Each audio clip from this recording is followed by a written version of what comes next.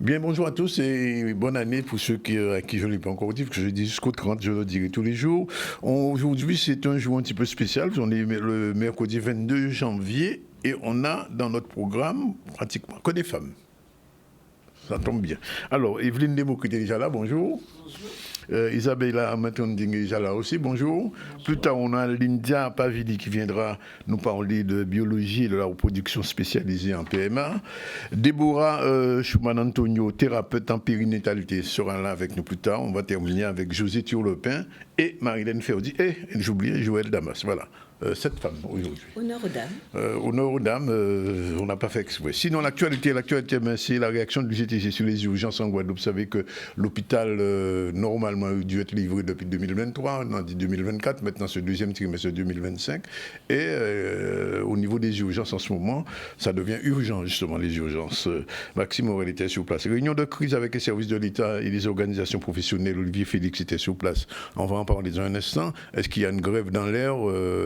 La question a été posée à Jean-Yves Ramassamy, qu'on va écouter dans un instant. Et puis, on parlera des éditions des Foulées de Saint-Joseph à l'École du Monde avec Charlie Nagounia. On commence tout de suite très rapidement avec la réaction de l'UGTG, l'UTS-UGTG, sur les urgences après ce qui s'est passé il y a une dizaine de jours.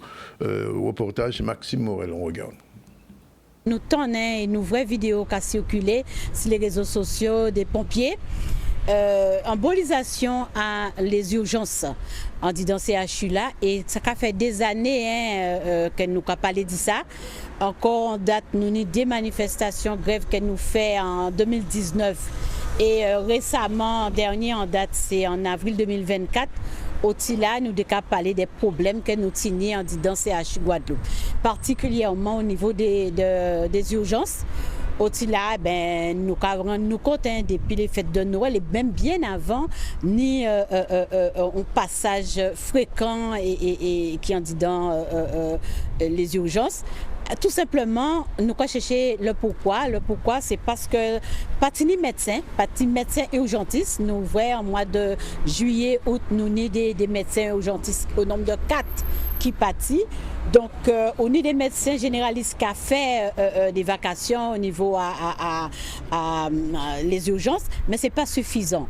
Et aussi, nous avons un problème de lit d'aval dans les services parce qu'ils ont réduit les services, certains services, ni moins qu'il y a avant.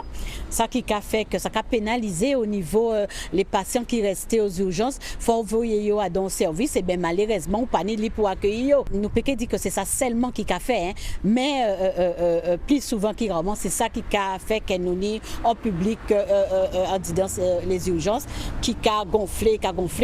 Et d'autant plus, nous fait l'être ouverte là, ça pour nous ça surtout appeler l'ARS aussi à mission qu'elle a accompli en disant les établissements publics de santé, singulièrement CHU Guadeloupe, puisque c'est plus grand là, où il doit être mettre en place des filières de soins que nous attendons. Nous avons l'objet qu'on peut mettre en place au niveau de l'ARS et que nous peut mettre pour ça essayer voir si nous désengorger les urgences. Nous avons alerté, nous avons alerté, nous avons crié, nous avons dénoncé, mais c'est timide parce que nous avons bien vu aujourd'hui là que la direction ACHU depuis quelques temps, précédemment les années qui passaient, ils ont pied lié, ils n'ont pas les moyens pour le faire. Mais quand on a dit avec tout le monde ensemble, nous pouvons voir que nous avons ces alentours en table pour nous ça essayer voir que nous avons désengorger la situation à CHU. Effectivement, c'est une situation un peu compliquée et complexe et qui n'est pas sur le point de s'arranger. Donc on attend voir le nouveau CHU, mais la question reste posée. Va-t-on pouvoir résoudre ces problèmes-là dans les temps qui viennent? Parce que dans 6 mois, peut-être le nouveau CHU, mais en attendant, il faut régler les urgences. Et quelquefois, comme je disais, les urgences sont urgentes. On va changer de sujet, on va parler d'un sujet qui demeure toujours l'actualité, c'est les violences sexuelles. Il y a des journées contre ça, mais visiblement, Maître Démocrite, ça ne change pas finalement. Ah non, les choses ne changent pas, bien au contraire. D'ailleurs, il y a eu une déclaration du ministre de la Justice, M. Darmanin, en janvier, début janvier 2025, où il disait, il traitait, si vous voulez, les violences sexuelles et particulièrement l'inceste comme étant quelque chose qui va devenir un véritable problème, un véritable scandale politique public. Oui. Parce qu'on s'aperçoit qu'on ne prend pas suffisamment en compte la situation existante.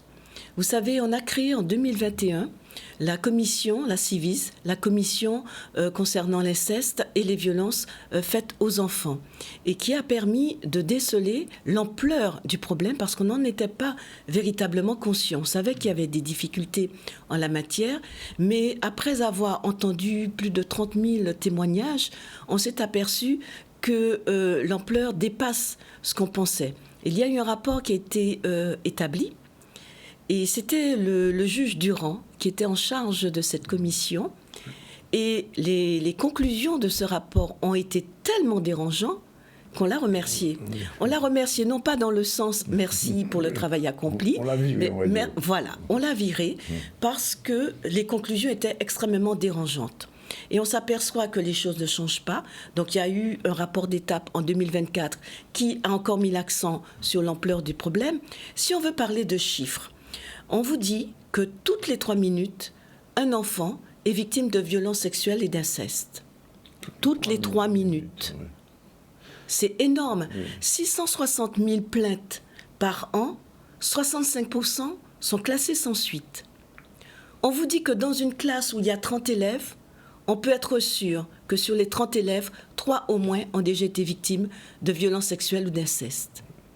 Donc c'est extrêmement alarmant.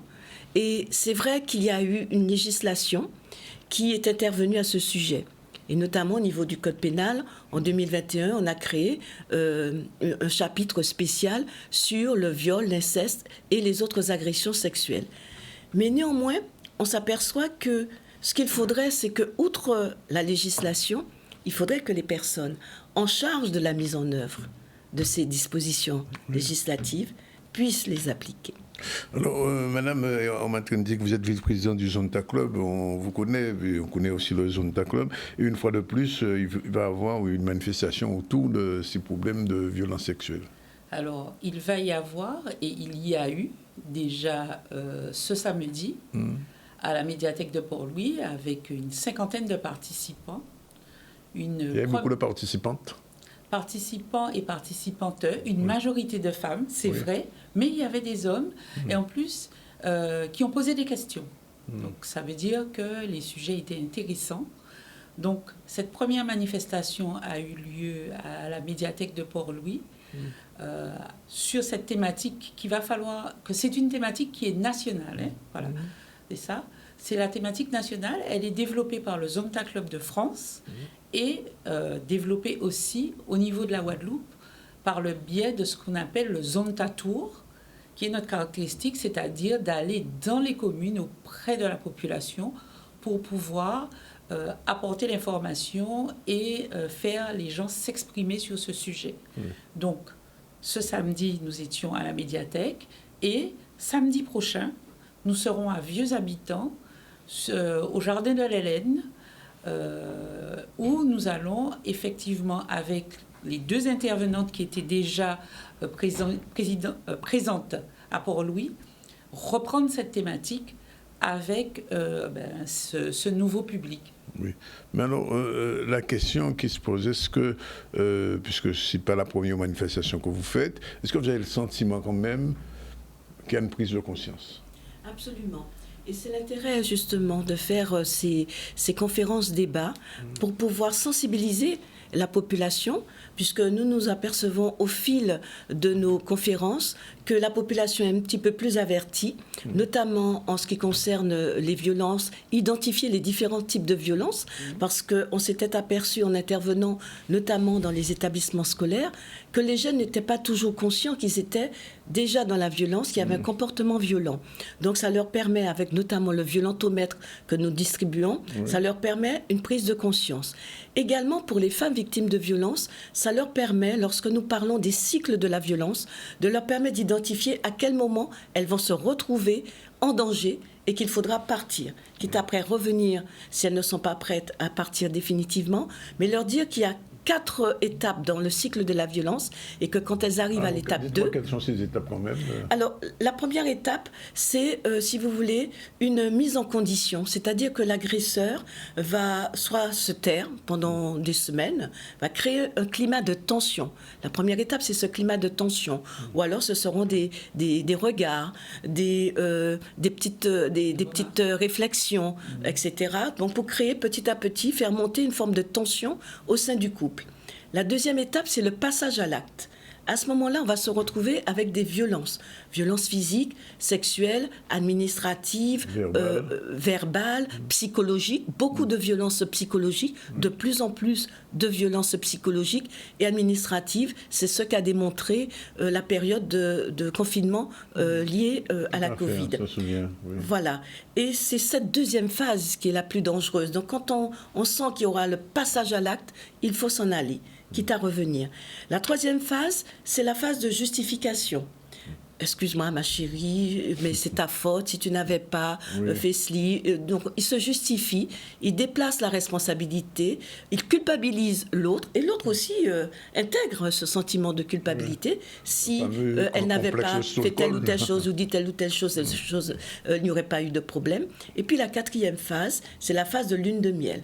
Alors, on vous offre des cadeaux, on se traîne à vos genoux, pardonnement, on est prêt à faire justement une psychothérapie de couple, on vous fait énormément de promesses, tenues ou pas, dans le temps, et puis après, on recommence le cycle, tension, passage à l'acte. Et dites-moi, enfin, quand vous faites ce genre de conférence, vous avez des témoignages quelquefois ? Oui, nous avons, ça dépend des endroits où nous nous trouvons. Il y a certaines conférences où nous aurons un certain nombre de témoignages. Des gens vont accepter de dire voilà moi ce que j'ai vécu. Et puis il y a d'autres conférences où c'est en aparté. Donc à l'issue de la conférence, ces personnes-là vont se rapprocher des intervenants et vont pouvoir exposer leurs difficultés, leurs problématiques et qu'on puisse leur apporter une réponse plus personnalisée. Alors ça signifie que quand même, au vu de ce zone tatou, que les femmes guadeloupéennes sont aussi très violentées sexuellement ou d'une manière générale ? Énormément. Alors, les chiffres ne diminuent pas. Ils ne diminuent pas ? Non, les chiffres ne diminuent pas. Au contraire, parce que justement, ces actions libèrent la parole. C'est-à-dire qu'on passe de stade où il était honteux de dire qu'on subissait des violences, au stade où aujourd'hui, effectivement, on se rend compte qu'on peut se protéger, justement, avec le réseau VIF. Il n'y a pas si longtemps que ça, au mois de novembre ou décembre, il y a eu un grand... le village des associations. Voilà, un grand village des associations qui a permis aux personnes de trouver sur le même lieu les associations de victimes, les institutions. Voilà, voilà. Et ce qui a permis à un certain nombre de personnes d'avoir un certain nombre de réponses. Donc, plus on en parle, en fait, plus les gens se sentent légitimes, soit à se protéger, soit à suivre les parcours, puisqu'il y a maintenant des parcours qui sont organisés au niveau de la police, logiquement, la gendarmerie, pour recevoir d'une façon personnalisée les victimes de violences. Donc, en fait, on pourrait baisser les bras parce qu'on voit que les chiffres ne diminuent pas, mais en fait, au contraire, on va continuer. Et pourquoi, à travers les violences intrafamiliales, cette année, on prend une orientation au niveau de l'inceste, c'est parce que c'est aussi une forme de violence qu'on a décelée en travaillant sur les violences faites aux femmes. Et donc, moi j'ai envie quand même de vous poser la question, quand vous faites ce genre de conférence, bon, les femmes font des témoignages, mais j'ai eu le sentiment, enfin je vous dis ça parce que c'est quelque chose que j'ai vu, ou plus ou moins ressenti, que l'inceste est encore caché. Ah oui, c'est un sujet un peu tabou. Oui. On a beaucoup de mal à en parler de façon publique. Mais par exemple, nous avons l'association Nous Toutes en Guadeloupe qui me disait que c'est à travers les groupes de parole qu'elle a organisé, Madame Fournier, qui est psychothérapeute, qu'elle s'est aperçue que le problème est extrêmement important en Guadeloupe. Quasiment tous ces groupes de parole regroupent essentiellement des personnes qui ont été victimes d'inceste en Guadeloupe. Oui. Et ça montre l'ampleur de la situation et qu'il est nécessaire d'en parler. Et pourquoi c'est important aussi que nous puissions porter l'information? Parce qu'il faut que les familles aussi prennent conscience que le silence, ce n'est pas la solution. Et puis, il faut protéger les enfants. On s'aperçoit qu'en Guadeloupe, contrairement à ce qui se passe par exemple dans l'Hexagone, que 45% des incestes sont faits par les oncles. Contre les oncles 27% concernent les pères. Alors que dans l'Hexagone, c'est beaucoup plus les pères qui se livrent à ce genre d'actes insupportables. Mais chez nous, ce sont les hommes. Donc c'est une enquête qui a été faite par Virage, que tout le monde maintenant commence à connaître, qui permet d'apporter un éclairage plus particulier concernant le département de la Guadeloupe. Il faut savoir aussi que les familles ont trop tendance à se taire parce que les enfants, soit par leur attitude, soit par des propos, dénoncent les faits.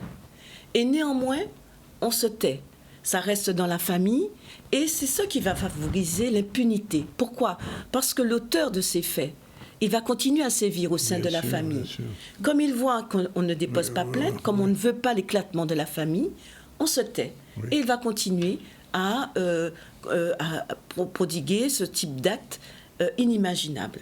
Par ailleurs, on considère que par le biais de l'information, notamment dans les établissements, alors je sais que ça crée un tollé de la part de certaines familles qui considèrent que ce n'est pas à l'école de faire l'éducation sexuelle, mais dans certains établissements privés, on a fait cette information vis-à-vis des enfants relativement jeunes.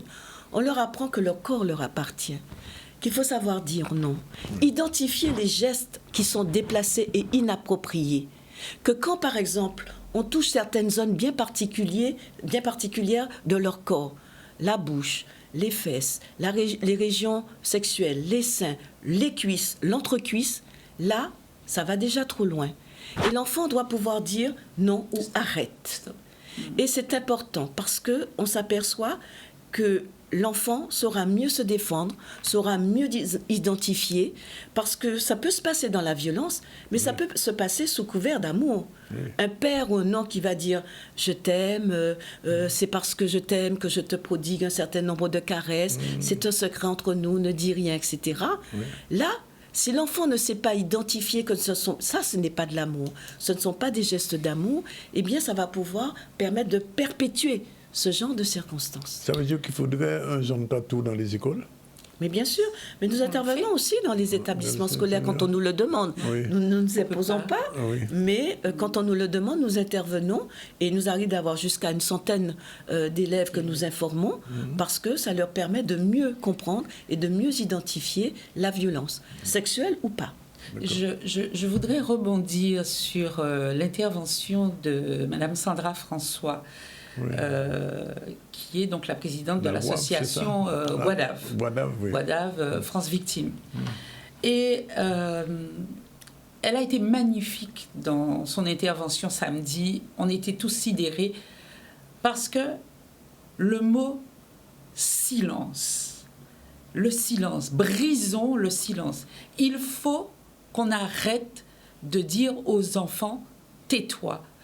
Parce que les témoignages qu'elle nous a reproduits, ce n'étaient pas forcément des témoignages d'enfants, c'était des personnes qui avaient 50, 60. Et qui racontaient leur enfance. Et qui racontaient leur enfance. Ça veut dire qu'ils ont porté cette charge pendant tout ce temps.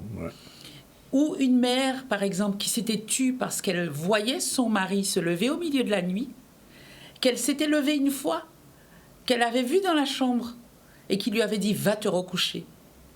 Et que quand ils se sont séparés, ses filles ont arrêté de lui parler. Pourquoi? Et elle ne comprenait pas pourquoi ses filles avaient arrêté de lui parler. Et ça, s'il y a un mot qu'on doit retenir à chaque fois qu'on va faire nos interventions, c'est brisons le silence. Écoutez-les, coutez-yo. Voilà. C'est vraiment... Justement, Oui. c'est la raison pour laquelle le législateur est intervenu, parce qu'on s'est aperçu que les personnes qui sont victimes de violences ont tendance à tellement enfouir au plus profond d'elles ce drame qu'il leur faut beaucoup de temps, voire des années, des décennies, pour pouvoir s'exprimer, faire émerger toute cette douleur. Et c'est la raison pour laquelle on a augmenté le délai de prescription en matière de violence. C'est passé de 20 ans à 30 ans à partir de la majorité, donc jusqu'à 48 ans, on peut effectivement déposer plainte. Mais mieux encore, maintenant, il y a ce qu'on appelle la prescription glissante. C'est-à-dire que lorsqu'un enfant a déposé plainte pour ce genre de choses et que l'auteur se rend coupable de même fait d'agression ou de viol sur une autre personne, ça permet de continuer, de faire repartir la prescription. Donc c'est important. Mais aujourd'hui, en fait, les associations se battent pour que ça soit imprescriptible, tout simplement. Et c'est notamment le rôle que joue la Civis de dire il faut que ça soit imprescriptible. Donc rendez-vous samedi, c'est ça? Rendez-vous samedi. Au Jardin de l'Hélène? Au Jardin de l'Hélène, à Vieux-Habitants, c'est la route de l'étang. Il y aura pas mal de manifestations et à partir de 12h, il y a un déjeuner-débat. 13h Un déjeuner-débat sur les violences sexuelles, l'inceste. Parlons-en. Et le zone Tato va continuer après Vieux-Habitants? Oui. Ah oui, bien sûr. Donc, dès que nous aurons des confirmations de la part de certaines communes, eh bien, nous allons pouvoir continuer notre débat tour. Et l'important aussi, si nous avons deux minutes, c'est de dire qu'il faut permettre aux gens de déceler à quel moment l'enfant est en souffrance, à quel moment il y a suspicion de violence sexuelle ou de viol ou d'inceste, parce que l'enfant change d'attitude. Ce sont des cauchemars, ce sont des scarifications, ce sont des tentatives de suicide, c'est de l'anorexie, il y a un certain nombre d'éléments. Voilà. Donc apprendre à identifier les signes de la part des parents, de la part des enseignants ou de l'entourage pour pouvoir dénoncer les faits. Et il faut savoir aussi qu'il y a un numéro qui est le 119, Enfance en danger, qu'il est possible d'appeler. L'enfant n'a pas besoin de l'accord de ses parents. Il peut se faire accompagner s'il veut déposer plainte ou s'il veut être entouré par n'importe quel adulte de son entourage ou voir un enseignant, etc. Parce que ce n'est pas forcément les parents qui vont faire ce qu'il y a lieu de faire dans certains cas. Donc à ce moment-là, n'importe quel adulte peut prendre en charge cet enfant. En tout cas, il y a le 119. Bien. Et puis, le consentement, se rappeler aussi que le sujet du consentement, aujourd'hui, à partir du moment où il y a 5 ans d'écart entre la personne qui fait l'acte et la personne qui subit l'acte, il n'y a plus besoin de preuve de consentement. Donc tout ça aussi, ce sont des évolutions. Oui, la législation a considéré que dans le cas de violence sexuelle, jusqu'à 15 ans, on considère qu'il n'y a pas de consentement, puisque vous savez, dans les procédures, on s'apercevait que pour un enfant de 12 ans, on disait oui, elle m'a séduite, elle m'a fait, voilà. Donc là, maintenant, jusqu'à 15 ans, on n'en discute plus. Et en matière d'inceste, jusqu'à 18 ans, on ne discute plus du consentement. Bien, mesdames, merci, et puis bon tour, et continuez à apporter l'information qui est nécessaire pour nos familles, pour les femmes, pour les enfants. Merci à Canal 10 de toujours nous donner la parole et nous permettre justement... C'est normal, c'est tout à fait normal, parce que c'est un vrai problème, une vraie problématique, et quand vous me dites que ça ne baisse pas, c'est pas très rassurant. 12h57, on prend la première pause, on se retrouve tout à l'heure avec nos 2 prochaines invités. À tout de suite.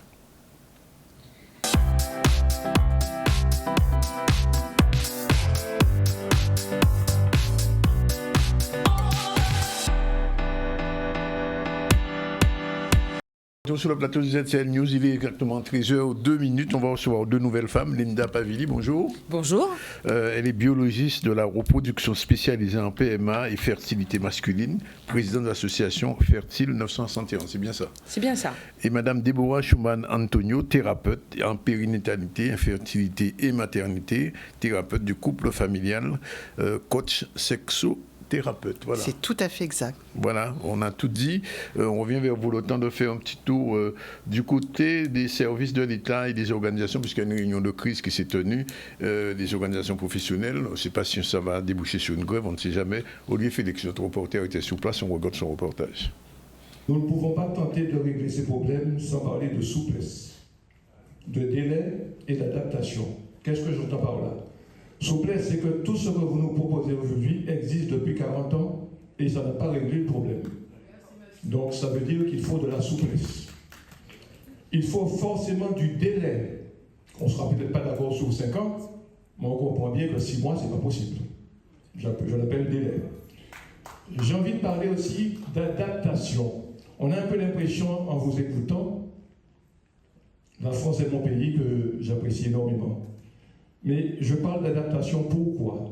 Certains territoires ont pu bénéficier de certaines règles, de certaines législations, et j'ai comme l'impression qu'on n'a pas envie d'aborder le sujet ce matin. Ça me gênerait énormément. C'est une réunion quand même qui est très très importante dans la mesure où nous avons eu tous les services de l'État, l'URSSAF, la sécurité sociale, les services des impôts, et aussi tous les services administratifs qui accompagnaient cette réunion pour que nous puissions d'urgence apporter des solutions par rapport aux dettes fiscales et sociales de nos entreprises.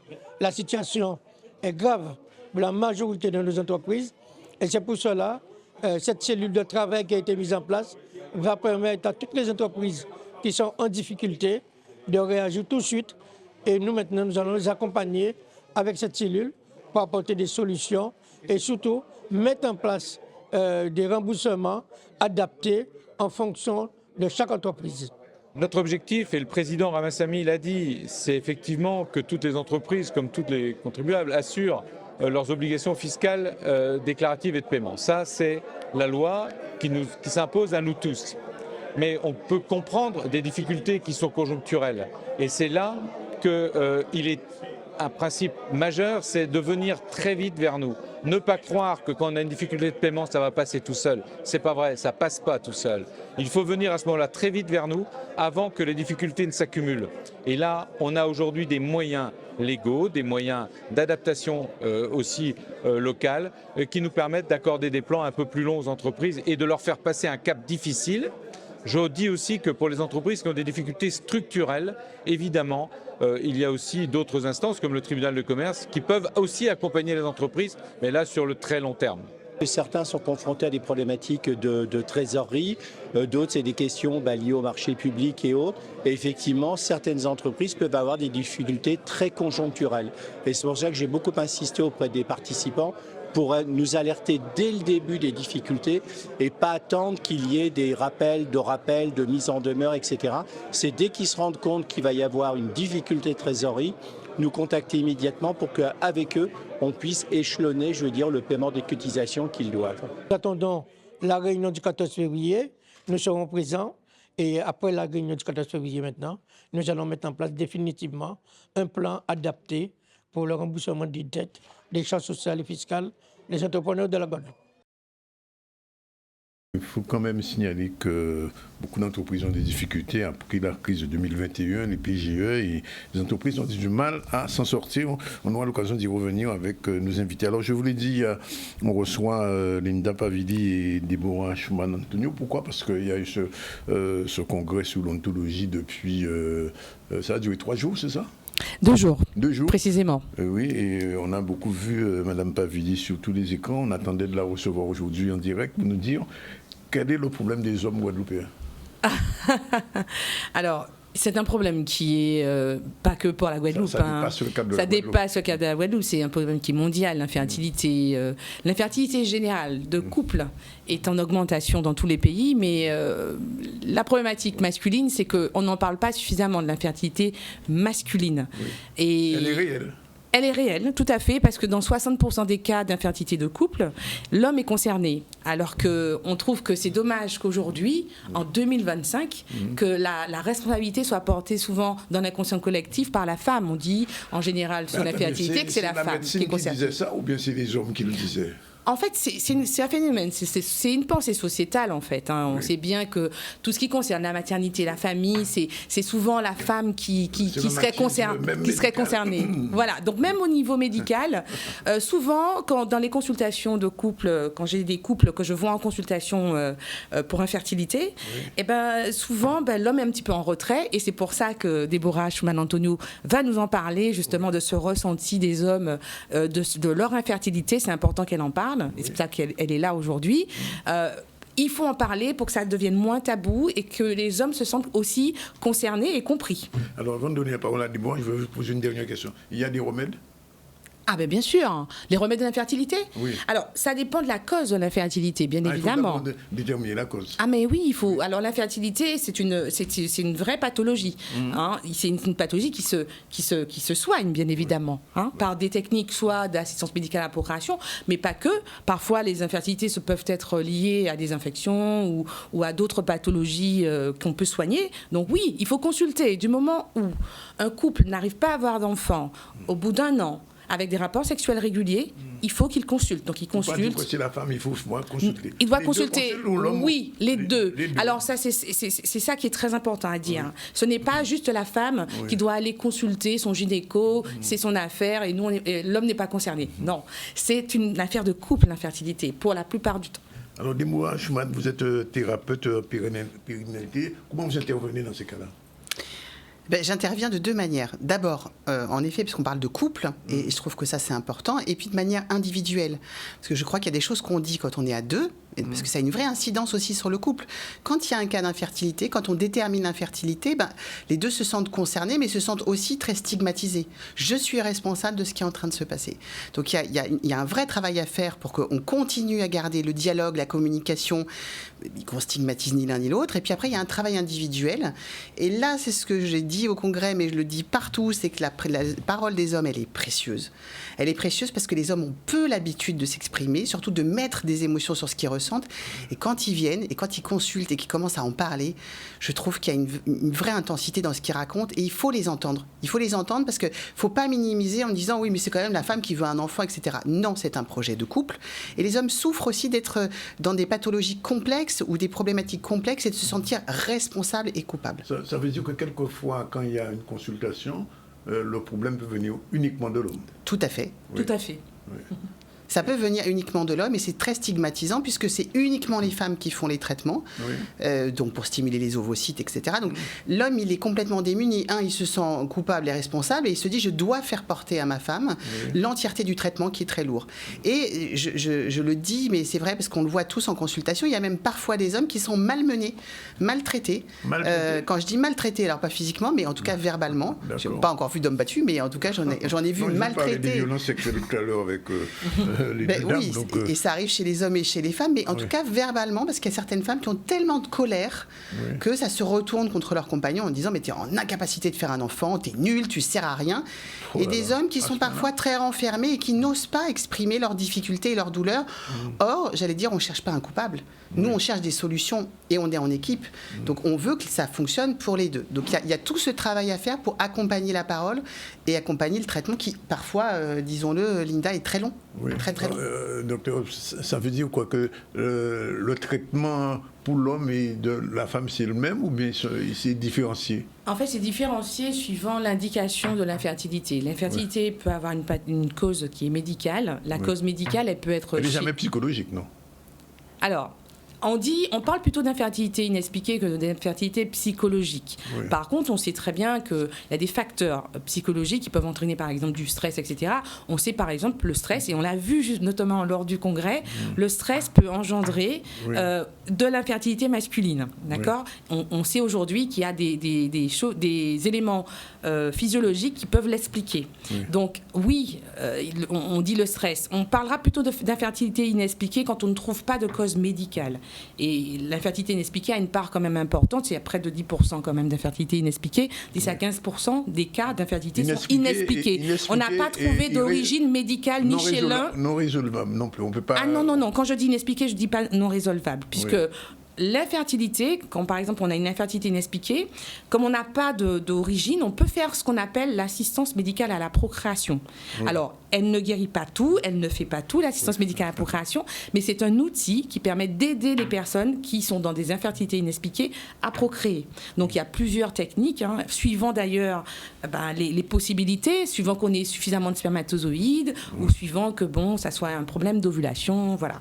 Mais l'idée même, c'est de se dire, en effet, que l'infertilité, elle peut être médicale, mais parfois elle peut être inexpliquée. Oui. Alors, cependant, il y a une prise en charge possible. Alors je vous dis ça à toutes les deux, parce que on est dans un pays où les gens vieillissent, où les jeunes s'en vont. Alors, si l'infertilité progresse, ça veut dire que la Guadeloupe de 2050, par exemple, il n'y aura plus personne. C'est tout à fait... C'est bien pour ça qu'aujourd'hui, on a fait ce congrès, et on veut sensibiliser, alerter, et c'est très bien parce que le congrès, il est soutenu aujourd'hui, on sait qu'il sera soutenu par le conseil départemental, voilà, parce que c'est important. C'est important qu'on prenne conscience aujourd'hui, surtout dans nos territoires, on a un vieillissement de la population, en plus on a une exode des jeunes. Oui, donc, ce qui fait qu'on a un vieillissement assuré de la population guadeloupéenne.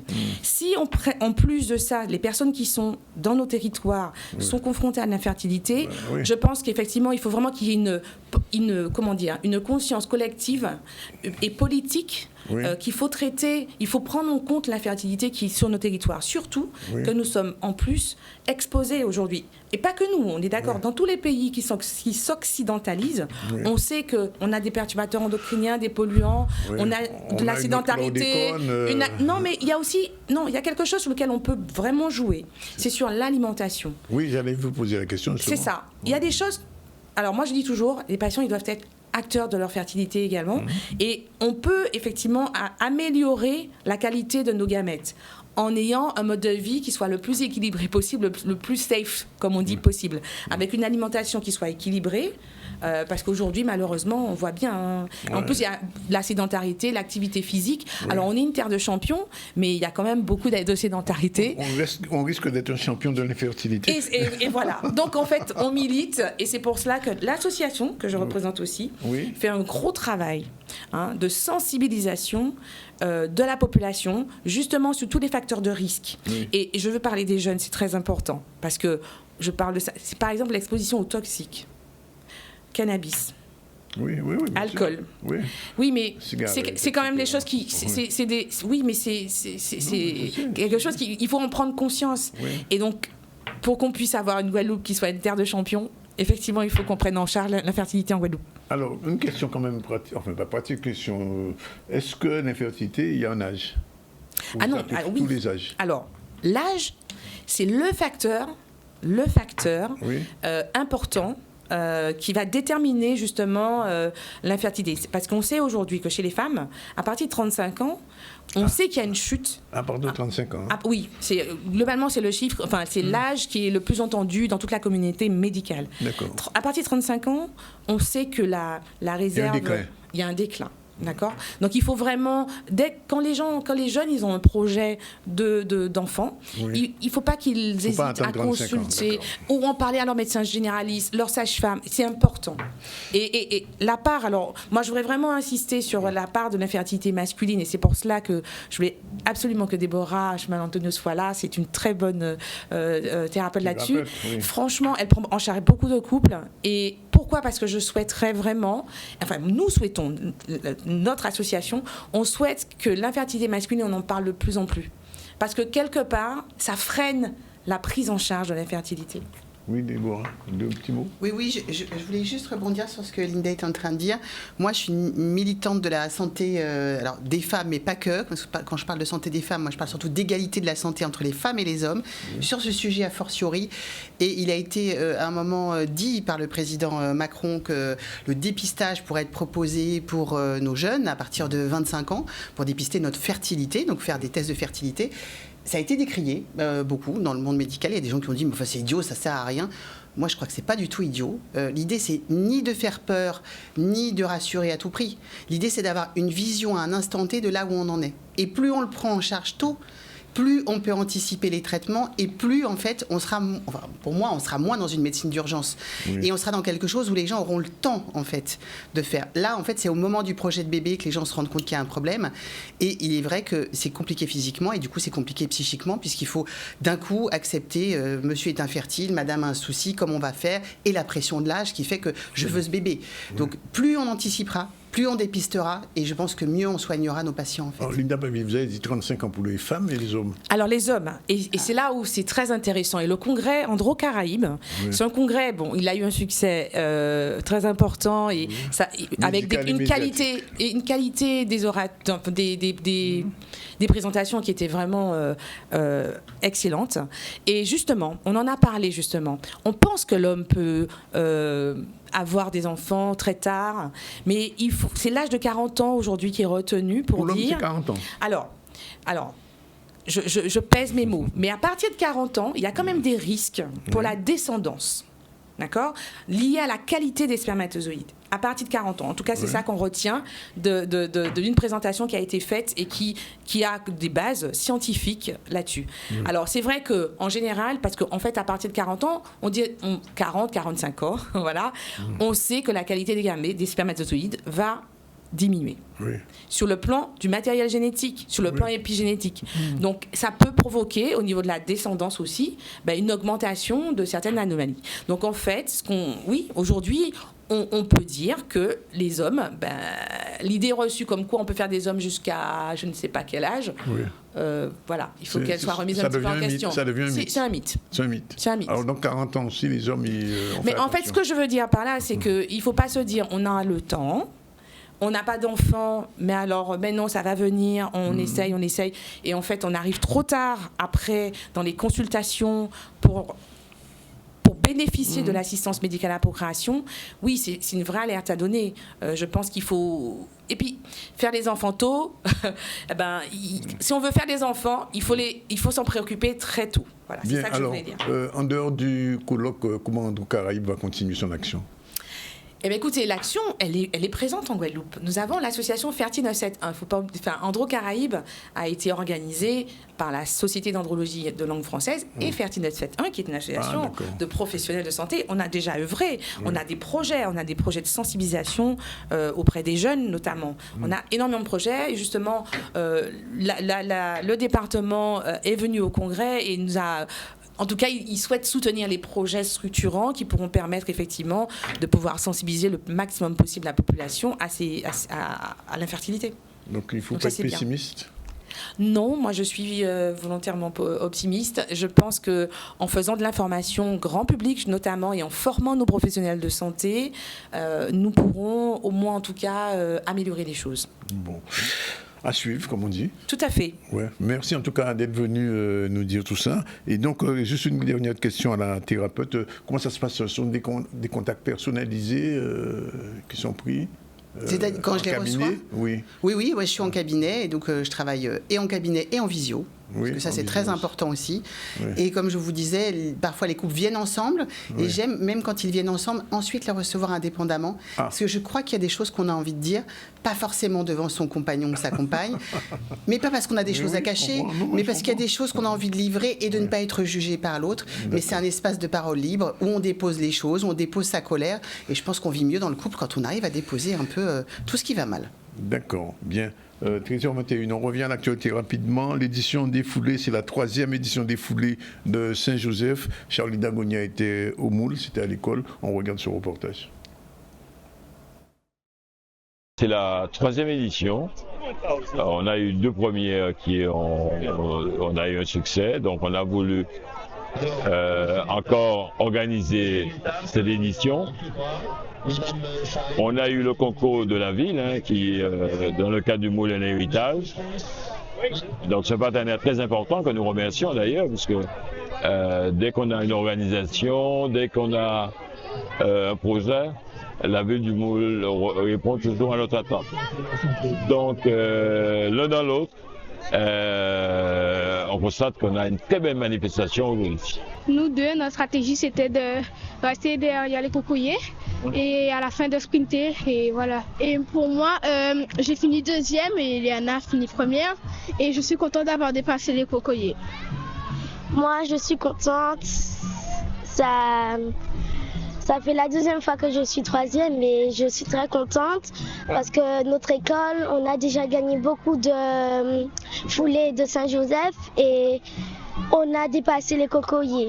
L'objectif pour nous, c'est de pouvoir associer les écoles dans ce projet du moule en héritage. C'est un projet qui a pour finalité de transmettre, de préserver le patrimoine de la ville du moule. Donc c'est la raison pour laquelle nous associons les enfants, les jeunes, et c'est une occasion rêvée à travers les foulées de Saint-Joseph et les jeux de Watibi de pouvoir effectivement trouver tous ces enfants, ces 450 enfants, il faut le dire, sur un site exceptionnel. C'est un grand plaisir. Moi j'adore l'athlétisme, je fais même de l'athlétisme dans un club et c'était super bien. Et pour toi? C'était aussi bien et c'était un plaisir de participer. Alors bien entendu, on ne parlera pas des vertus du sport, parce qu'on sait, puisque c'est une évaluation, puisque les premiers mois on fait de l'endurance et il faut absolument évaluer le travail qu'on a fait. Et il y a ça, mais aussi il y a la convivialité, la joie, c'est un ensemble de valeurs qui font que nous aimons organiser ce genre de manifestation. Une fois, j'avais déjà fait une course et j'ai été premier toute la course et on m'a eu, comme je viens de lui faire, on m'a dépassé à la fin et donc du coup j'ai dû utiliser la technique de rester deuxième et d'accélérer à la fin. Et pour toi, ça s'est passé comment? Bien. Je suis deuxième. C'est bien. Moi, oui, très bien. J'ai réussi à rester dans les 3 premiers. Et juste d'essayer dans les prochaines courses de progresser et de monter plus haut. Voilà, il est exactement 13h24. On prend la dernière pause et on se retrouve tout à l'heure avec nos 3 dernières invités, je devais dire, puisqu'il s'agit de Madame Thiolepin, Madame Ferdi et Madame Damas, 3 femmes. À tout de suite.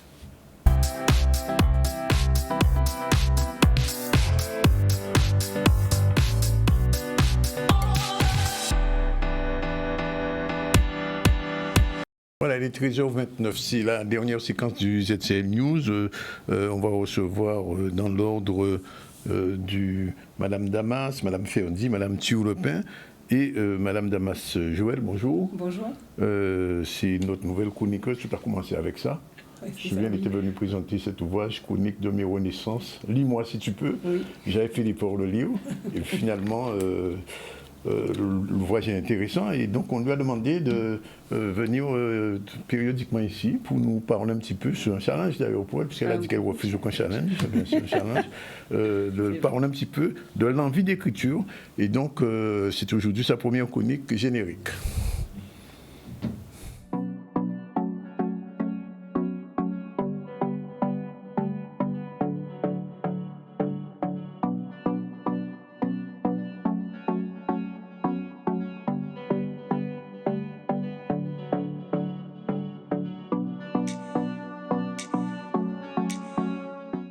Alors, Joël, merci d'être là. C'est moi qui ai demandé à cette chronique sur l'envie d'écriture. Alors, c'est vrai que beaucoup de femmes ont envie d'écrire. Et quelquefois, elles refusent d'écrire. Quelquefois, elles ont des choses à écrire, mais elles n'osent pas. Et Joël, elle avait décidé de franchir le pas. Et donc, elle a sorti un ouvrage qui a eu un bon succès. Depuis lors, elle a fait des ateliers, plein de choses. Et donc, aujourd'hui, on commence cette première chronique. Alors, le script de envie d'écriture. Qu'est-ce que c'est envie d'écriture pour une femme? Alors, envie d'écriture, déjà, petit jeu de mots, envie d'écrire, parce que l'envie, elle est toujours là. Et en fait, pour montrer qu'à travers l'écriture, en fait, on se découvre sa vie, en fait, son soi. Donc, envie. Être en vie, justement, et c'est ce que moi, j'ai expérimenté avec l'écriture de mon livre. Je me suis sentie vraiment en vie. Voilà, donc j'ai voulu un peu jouer sur ce petit mot-là, envie. Et ça signifie que au cours de cette chronique, tu vas donner à d'autres femmes l'envie? Oui, c'est mon souhait. C'est vraiment mon souhait. Et c'est vraiment un challenge pour moi, cette chronique que tu m'as proposée, parce que j'étais traumatisée par une chronique quand j'étais plus jeune. Ah bon? À l'université, on m'avait demandé d'écrire une chronique journalistique. Je me dis, comment on fait ça? Personne ne m'a expliqué, on ne m'a pas donné d'indices, on nous a donné quelques pistes, mais rien de... Et j'ai refusé de remettre le devoir parce que je ne savais pas faire, en fait. Donc quand j'ai dit chronique, j'ai dit, j'appelle mon livre chronique, on me propose de faire une chronique, j'ai dit, mais ça me poursuit, en fait. Donc je me lance dans le challenge parce que là, la porte est ouverte, finalement. Bon, alors, voilà.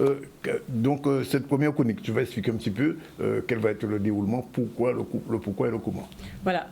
Pourquoi déjà? Parce que suite à l'écriture de mon livre, j'ai rencontré beaucoup de femmes qui avaient envie d'écrire.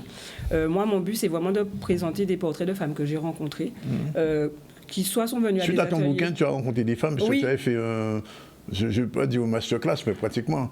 Oui, c'était un atelier. Alors, il n'y a pas que ces femmes-là, il y a des femmes que j'ai rencontrées aussi quand j'ai vendu mon livre, parce que je ne l'ai pas mis en librairie. Je rencontrais à chaque fois mes lecteurs. Et le retour que j'avais, c'est qu'elles avaient envie d'écrire, qu'elles ne savaient pas comment.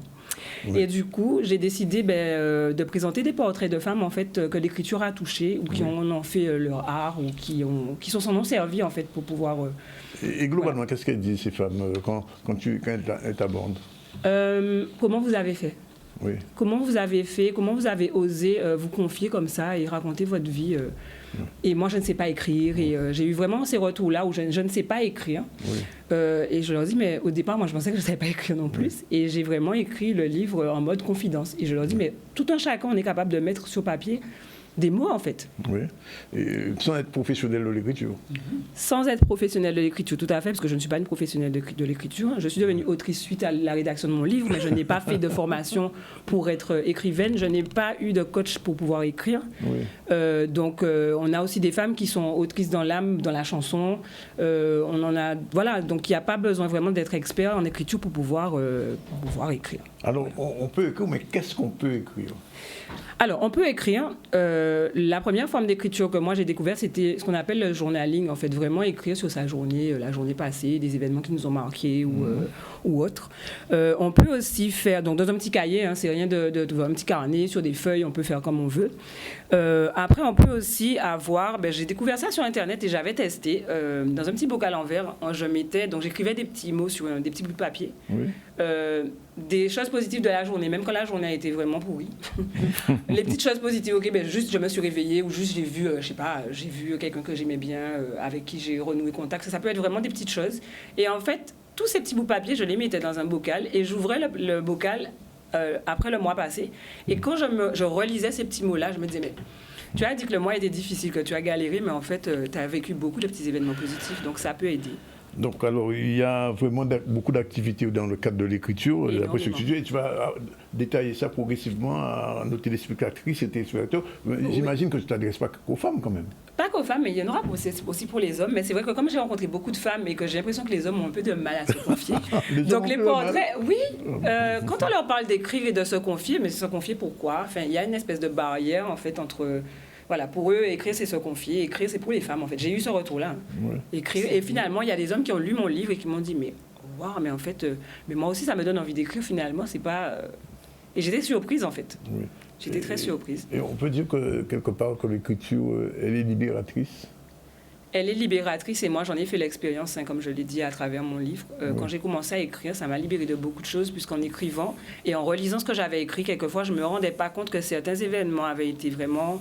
marquant, voire traumatisant, et je vivais avec. Sauf qu'en l'écrivant et en relisant, j'ai dit, mais ok.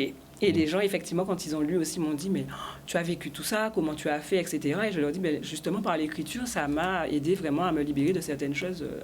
C'est pratiquement une thérapie. Oui, pour moi, c'est thérapeutique. Ça a été thérapeutique, et ça peut l'être très, très rapidement. Quand je dis libératrice, c'est vraiment ça. C'est pas juste, on s'est confié, on a fini. C'est vraiment, il y a des fois où...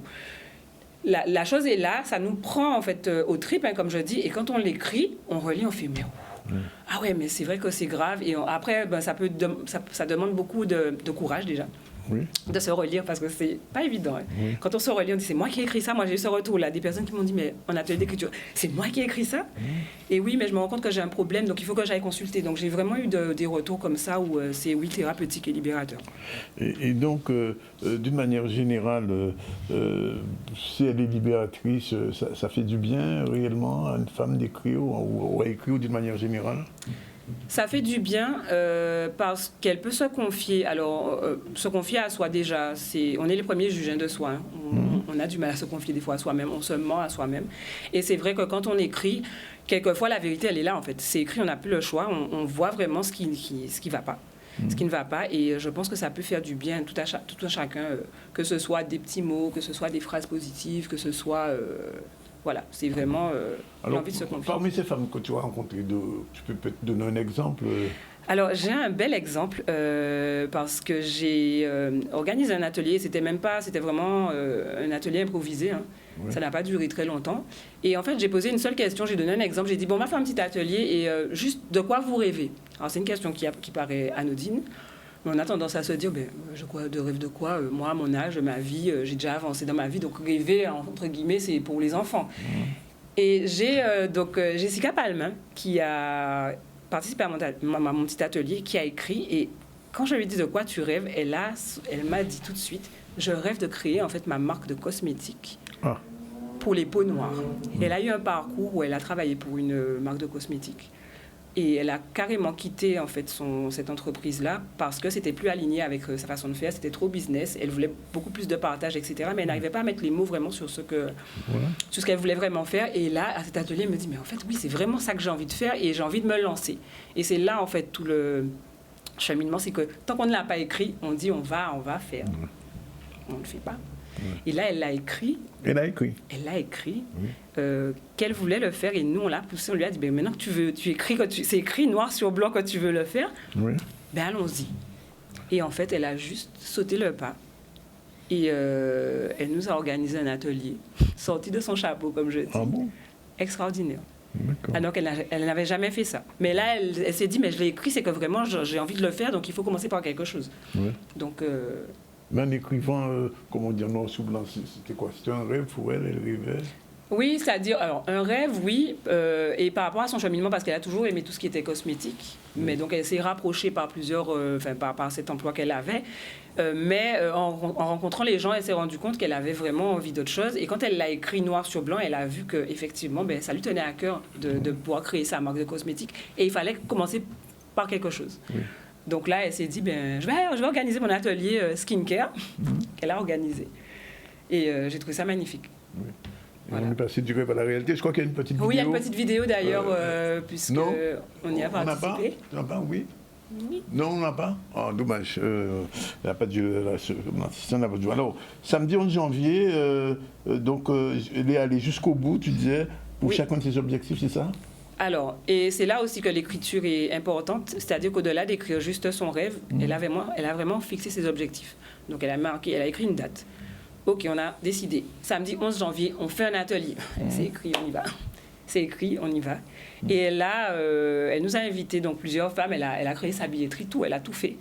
La déco, elle a tout mis en place. Et je me suis dit, mais extraordinaire quand tu veux quelque chose et que tu es passionné quelque part, voilà. Elle nous a fait vraiment cet atelier avec le cœur et elle a rencontré des personnes qui étaient vraiment super intéressées alors qu'elle n'avait pas spécialement confiance en... Voilà, l'organisation d'atelier, c'est pas quelque chose qu'elle connaissait. Et elle s'est rendue compte que oui, elle a fixé ses objectifs, c'était écrit et elle est allée jusqu'au bout. C'est une vraie histoire, ça. C'est une vraie histoire. C'est une vraie histoire. C'est une vraie histoire, ça a l'air utopique comme ça de se dire qu'elle a écrit un rêve et qu'elle l'a réalisé. Bon, elle n'a pas créé sa marque de cosmétiques, mais elle commence par quelque chose et quelque part, l'écriture continue après. Une fois qu'on a des objectifs en place, on continue à écrire. Alors, les femmes qui te regardent en ce moment, qui n'ont pas écrit, tu peux leur dire quoi? Quel message tu peux leur faire passer? Écrivez. Prenez juste une feuille de papier et juste posez les mots. Il faut écrire sur du papier ou bien écrire sur un ordi? Tu peux écrire sur l'ordi. Hein. Oui. Moi, je suis très papier. Alors, j'avoue que je suis très bon? papier. Très papier. Ah bon, tu écris encore? J'aime écrire. Dans mon sac, j'ai un cahier. Oui. J'ai des cahiers, j'ai des carnets chez moi. Je suis très papier, en fait. Oui. Ah bon, je ne savais pas. Non, moi, je ne savais pas qu'on écrivait encore. Ah, moi, je suis très papier. Parce qu'après, le fait de... Moi, c'est le contact avec le papier. Le fait d'avoir vu ton écriture sur quelque chose. Moi, je leur dis juste, lancez-vous. Ça peut être quelque chose de bon. Juste comment je me sens. Oui. Comment je me sens aujourd'hui. Ben, aujourd'hui, ça va pas. Et puis après, au fur et à mesure, on se rend compte que de ça va pas, on a déjà trouvé autre chose, et puis on écrit, et puis on s'arrête plus. Hein. Oui. Il y a beaucoup de personnes que j'ai rencontrées qui ne savaient pas spécialement écrire et qui se sont lâchées. Une dernière chose, Joël. On peut mélanger écriture et musique? Ah, la semaine prochaine, alors dans 2 semaines, pas la semaine prochaine, j'avance. Je vais justement présenter une artiste, donc qui écrit. Hein. Et oui, l'art, la musique passe aussi par l'écriture. Elle écrit ses propres morceaux. Et elle m'a, quand je lui ai demandé, mais l'écriture pour toi, en fait, c'est quoi? Puisque au-delà d'être simple le fait d'écrire des paroles, c'est quoi? Et elle m'a répondu, l'écriture est la plus belle arme pour conquérir sa liberté. Et j'ai trouvé cette phrase magnifique. Belle parole. En tout cas, merci pour cette première chronique. Et puis, comme on dit, à suivre. À suivre, hâte de la prochaine. Oui, à la prochaine. Et je rappelle donc, si vous n'avez pas encore, chronique de niveau naissance, Joël Damas, il est encore en vente le livre. Ah, rupture de stock, mais ça arrive. N'hésitez pas à me contacter pour pouvoir précommander. D'accord. Et il y a déjà quelque chose dans le tuyau? Oui, tu avais une question à lui poser? Ah non, mais je valide complètement ce qu'elle dit. Oui. Parce que pour moi, l'écriture, c'est du plaisir, mais du plaisir que tu partages avec toi-même. Oui, bien sûr. Voilà. Tu parles à quelqu'un qui écrit souvent. Voilà, donc, en tout cas, merci. Là, tu as parlé à des convaincus. Oui. Madame Sferdi, vous avez 5 minutes pour tout nous dire sur votre campus. Et le générique, c'est parti. Le journal du campus Luminance, c'est l'info sur l'audiovisuel, le cinéma et la culture. Logiciel vous donne rendez-vous à 13h30 le lundi, le mercredi et le vendredi dans le ZCL sur Canal 10. On est obligé de revenir sur le Parcoursup. C'est pas qu'on est obligé de revenir, Danick. La plateforme a rouvert le 15 janvier. Oui. Donc les jeunes ont je ne vais pas dire les jeunes, les étudiants, les lycéens, ils ont jusqu'au 13 mars pour pouvoir formuler 10 vœux. Oui. Alors je vais revenir sur le fameux bug, parcours bug. Oui. Alors il ne faut surtout pas que les familles paniquent, puisque c'est normal. Chaque fois que la plateforme ouvre, il y a un bug. Pourquoi? Parce que tout le monde se connecte en même temps. Et c'est à peu près 900 000 personnes qui se connectent en même temps. Ce que je trouve quand même dommage, c'est qu'on ne bénéficie pas de ce décalage horaire qu'on a avec l'Hexagone pour pouvoir essayer de se connecter dans ce réseau. Sauf que, il faut savoir qu'au national, Parcoursup national invite les personnes à se connecter à nous, ce qui sont nos heures de réveil. Nos heures, dans ce créneau dans lequel nous sommes en décalage horaire. Donc, pas de panique. Qu'est-ce qui se passe-t-il quand on a eu un bug sur Parcoursup? La première chose, c'est vérifier si on se reconnecte. On regarde dans son dossier pour s'assurer qu'il n'y a pas de souci. Une fois de ça, tout ce qu'on a, si on a eu le temps d'envoyer des vœux, puisqu'il y en a, j'ai découvert, qui, dès l'ouverture de Parcoursup, commencent à envoyer des vœux. Si vous n'avez pas reçu d'accusé-réception, c'est que les vœux ne sont pas partis. C'est qu'il y a bug. Voilà. Donc, ça veut dire que ce n'est pas parti, donc il faut reformuler. Mais simplement, alors là, je vais donner des conseils pêle-mêle, Danick. J'essaie de répondre. J'ai eu beaucoup de demandes et je vais répondre à toutes les demandes qui m'ont été faites en termes de méthode et de conseils. La plateforme ouvre le 15 janvier. Dès le 15 janvier, ce n'est pas la peine tout de suite de vous précipiter, vous formuler des vœux. Prenez votre temps.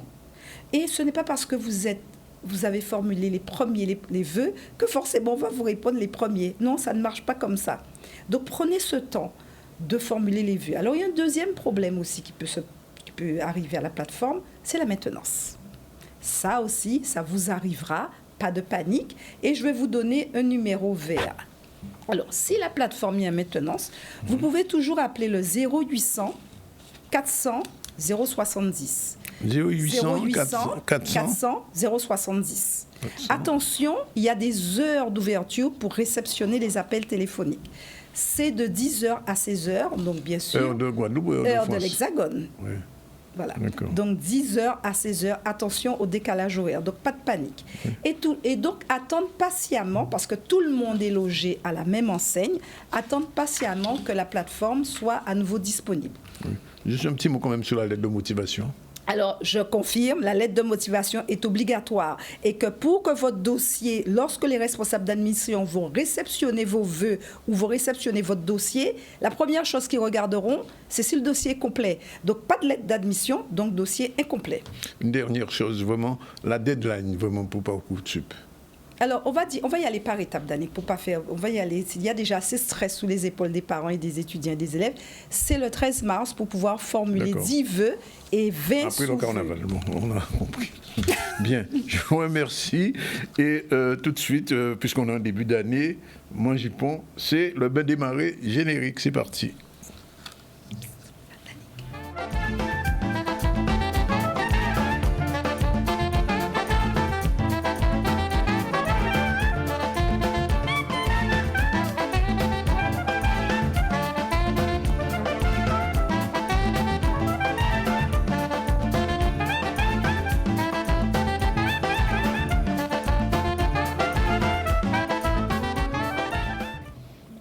Bien bonjour.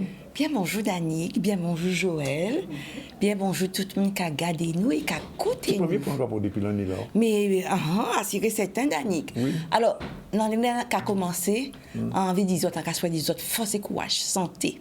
Surtout. On nous fait en sorte que pour la diablesse pas venir danser en les roses avions nous. Absolument. Et puis, plus, nous avons fait en sorte que Cabritan nous fait bœuf. D'accord, ok.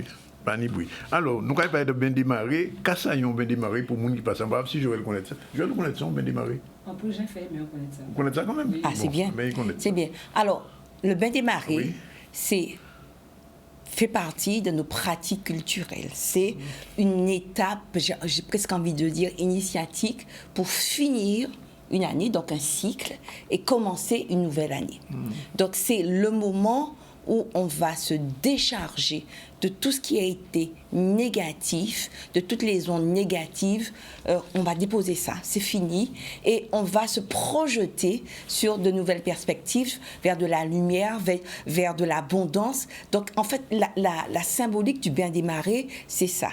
Donc, le bain, ça existe aussi, depuis que l'homme est l'homme. On trouve les pratiques du bain dans les civilisations les plus anciennes. Mais nous, pour ce qui nous concerne, les pratiques qu'on a ici ressemblent beaucoup à les pratiques qui nous viennent d'Afrique et surtout de l'Égypte ancienne. Oui. Donc, on va utiliser le médium de végétal, les feuillages, qui... Donc, en fait, quand on parle de magie, l'homme a toujours utilisé des pratiques, des rites pour pouvoir modifier sa réalité. Et les feuillages, les racines, les écorces sont des éléments qui ont un pouvoir, et on va utiliser le pouvoir de ces éléments végétaux pour pouvoir changer une réalité. Autre chose qui va se combiner avec ça, c'est la symbolique de l'eau dans les civilisations d'Afrique noire et les civilisations très anciennes. L'eau a 3 pouvoirs essentiels.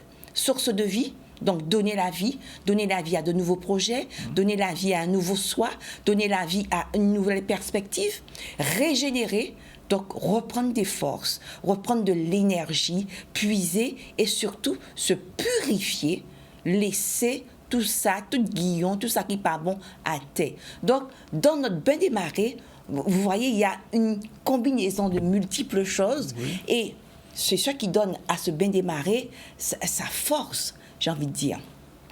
Donc, notre bain démarré, il s'est construit avec des pratiques parcellaires qui nous viennent d'Afrique, mais surtout des pratiques des Amérindiens qu'on a trouvées sur place. Oui. Parce qu'il ne faut pas croire. Ce qu'il faut retenir, c'est que chaque peuple vient, mais quand un autre vient, il n'efface pas tout. Les choses vont s'accumuler, vont s'agglomérer pour former ce qu'on connaît aujourd'hui.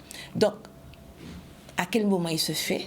Il se fait dans le passage du 31 décembre vers la nouvelle année. Je te demandais à quelle période exactement. Voilà.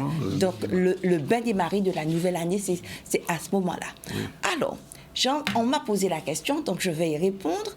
Les groupes culturels, les groupes APO, ont remis au goût du jour ce bain des marées, mais attention, ils le traduisent à leur façon. Et c'est devenu une pratique qui est davantage en groupe, qui va se vivre en groupe, qui va se vivre dans un mouvement. Donc, une pratique culturelle où les végétaux sont là, l'eau est là, et on va mettre des choses sur un radeau pour remercier la nature de l'abondance qu'il nous a donnée. Initialement, notre bain des marées se fait, tu fais ton bain des marées seul. Ou avec une pratique individuelle. Ah oui, complètement. Elle se fait seule, elle se vit seule parce que tu as des intentions qui te sont personnelles. Tu as des intentions des choses que tu vas libérer qui sont personnelles. Et dans ton bain, tu vas mettre une intention qui t'appartient à toi. Donc, tu vas le faire avec une ou deux personnes, mais c'est quelque chose qui se pratique initialement de façon individuelle. Oui. Généralement, ton bain des marées, tu vas quelque part, tu le fais à la mer de toute façon. Ah, c'est à la mer, c'est pas à la rivière, on m'a dit c'est à l'embouchure des rivières. Alors, je vais t'expliquer. À la mer. Et tu vas arriver, mais sur tout tu vas marcher en pèlerinage pour arriver à ton lieu de bain. Et sur cette marche du pèlerinage, tu vas dire des prières, mais des prières qui te sont propres, des choses que tu veux au Cap-Palais, avec la ligne, avec le soleil, avec les étoiles, ça qui plie fort, c'est ça la prière. Hein? Je ne dis pas une prière qu'on a écrite dans un livre, non, c'est cette prière-là. Tu vas confier tes intentions, tu vas confier ton cœur. Donc c'est quelque chose que tu fais seul. Arriver à la mer, idéalement, je dis, à l'embouchure de la mer et de la rivière pour avoir la combinaison de ces deux énergies. Voilà. Donc, tu vas rentrer en continuant tes prières avec toi-même, ce que tu veux. Tu vas offrir, alors là, je parle du bain des marées traditionnel, tu vas offrir ton corps 7 fois aux vagues. 7 fois. Voilà. Donc, toujours la symbolique du 7. Voilà. Et tu vas frotter ton corps avec des feuillages, avec des racines, avec des cives. Tu vas couper 7 citrons. Tu vas frotter ton corps. Tu te libères de tout ce qui n'est pas bon. Certaines fois, on peut y ajouter une queue de morue. Oui, tu vas frotter ton corps, tu vas te battre ton corps. La queue de morue, le pouvoir malodorant de la queue de morue est de capter toutes les ondes négatives. Et tu vas jeter tout cela par-dessus ton épaule, sortir de l'eau sans se retourner. Hein, tout ça qui n'est pas bon, laisser, pas qu'à garder encore. Alors, idéalement, mais ça il faudrait que tu puisses faire ce bain, idéalement ce serait un jour de pleine lune. En même temps que ton bain des marées, tu pourrais prendre un bain de lune et capter toutes les énergies positives de la lune sur ce bain des marées. Alors, ça n'arrive pas forcément que le 31 décembre soit un jour de pleine lune, donc, mais si tu as l'occasion, ce serait idéal. Embouchure, mer et rivière, pleine lune, hein, le combo gagnant. Et les feuillages? Ah, forcément. Oui. Forcément, parce que n'oublie pas, je viens d'expliquer les vertus du pouvoir des feuilles sur notre réalité. Donc, tu combines feuilles, eau, lune, tu as le combo gagnant. Donc, j'ai envie de vous dire, ce n'est pas une pratique mystique, ce n'est pas une pratique de sorcier. Naturellement, forcément, on se retrouve un petit peu dans les frontières floues avec les dogmes de l'Église. Oui. C'est une pratique qui nous appartient. C'est une pratique que nous devons transmettre. C'est une pratique que nous devons connaître pour la transmettre. Et c'est une pratique qui appartient à notre patrimoine culturel. Une question, les feuillages, où est-ce qu'on les trouve? Alors, quel feuillage prendre? J'ai envie de dire, il y a autant de feuillage à prendre que du lieu où tu habites. Idéalement, la personne qui a des fleurs autour d'elle, dans son bain, va mettre des fleurs. Donc, en fait, le feuillage, c'est ton environnement qui va te donner, en fait, qui va te donner les choses à mettre dans ton bain. Donc, il y a forcément des basiques, hein? La fleur rouge pour le succès, les fleurs blanches pour l'innocence, tout ce qui sera purification. Alors j'ai envie de vous dire, on me dit c'est déjà la fin. N'hésitez pas, le bain des marais, il nous appartient. Nous avons pris des apports parcellaires, mais nous l'avons décliné et mis en œuvre avec nos pratiques en Guadeloupe. Donc notre bain des marais est à nous. Vivez votre bain des marais et j'ai envie de vous dire tous, à vos bains des marais, à nos bains des marais pour bien commencer l'année. Bien, merci. Tu as bien démarré avec le bain. Juste une question quand même. Dans les prochaines chroniques, on va parler de quoi? Alors là, on m'a fait une requête. Dans les prochaines chroniques, on va revenir sur tout ce qui est connaissance du costume traditionnel. C'est nécessaire, incontournable. Alors les gens ont vraiment réclamé qu'on revienne à ça. Donc on va revenir sur la connaissance, parce que sans connaissance, une tradition se perd. Juste un petit mot, le mari-tête d'aujourd'hui, c'est quoi? Alors c'est une coiffe, c'est pas un mari-tête, Danick, depuis le temps. C'est une coiffe qui a été réalisée par les doigts experts de Marie-Hélène Ursel, qui sont maîtres faits d'âme à Marie-tête, et c'est lui qui met toujours tête en moins en valeur.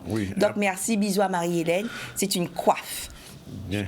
Forcément, il faudrait revenir sur nos fondamentaux. Quelle différence il y a entre tu vois la nécessité de revenir. Voilà, coiffe et mari-tête. Oui, coiffe et mari-tête. Voilà. Ben, il est exactement 13h57, c'est la fin du ZCL aujourd'hui. Je rappelle qu'en début, on a reçu Evelyne Démocrite et Isabella Armand-Tranding. Pourquoi? Parce qu'il va y avoir à vieux habitants ce qu'on appelle le zone tatou, parler des violences sexuelles qui sont malheureusement, on l'on dit, ça ne baisse pas. En Guadeloupe, ça continue. Et surtout au niveau de l'inceste. Donc, ils font un zone d'atout et passent dans différentes communes. L'autre semaine dernière, j'étais à Port-Louis, là, ils vont interviewer les habitants pour parler de ces violences sexuelles qui impactent les femmes. Linda Pavili et Déborah Schumann-Antonio sont venus nous parler de l'infertilité des hommes. Parce que traditionnellement, on pensait que dans un couple, quel n'est pas ni Timon qu'a fait, c'est toujours faute à madame là. Eh bien, ils ont prouvé qu'effectivement, que les hommes ont ce problème-là. Alors, elles m'ont dit quelque chose que j'ai retenu. Pour une femme, 35 ans, c'est l'âge limite pour enfanter. Et pour les hommes, c'est 40 ans. Donc, les jeunes femmes qui nous regardent, avant 35 ans, puisque nous sommes un pays qui a vieilli, pas ni Timon, non, l'autre Timon, nous, qui a parti, l'autre bord. Donc, faites Timon, c'est bon.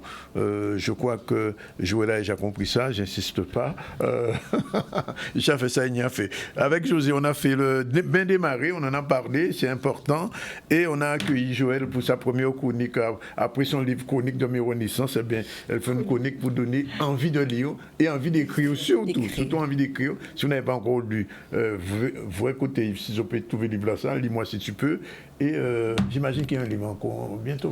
Alors justement, tous mes ateliers d'écriture que je vais mettre en place et qui seront, ils vont servir à mon deuxième à ton deuxième ouvrage. J'ai vraiment déjà une idée de là où je veux aller. Voilà, sinon au niveau de l'actualité, on a parlé de la réaction de l'UTS-UCTG sur les urgences en Guadeloupe, puisqu'il y a eu un gros problème pendant les fêtes de fin d'année, on peut dire des camions de secours qui étaient stoppés aux urgences au CHU, et ça ne fonctionnait pas. Et donc l'UTS-UGTG s'est insurgé contre ça, et le problème n'est pas encore résolu. On a parlé aussi de la crise dans les services, avec les services de l'État.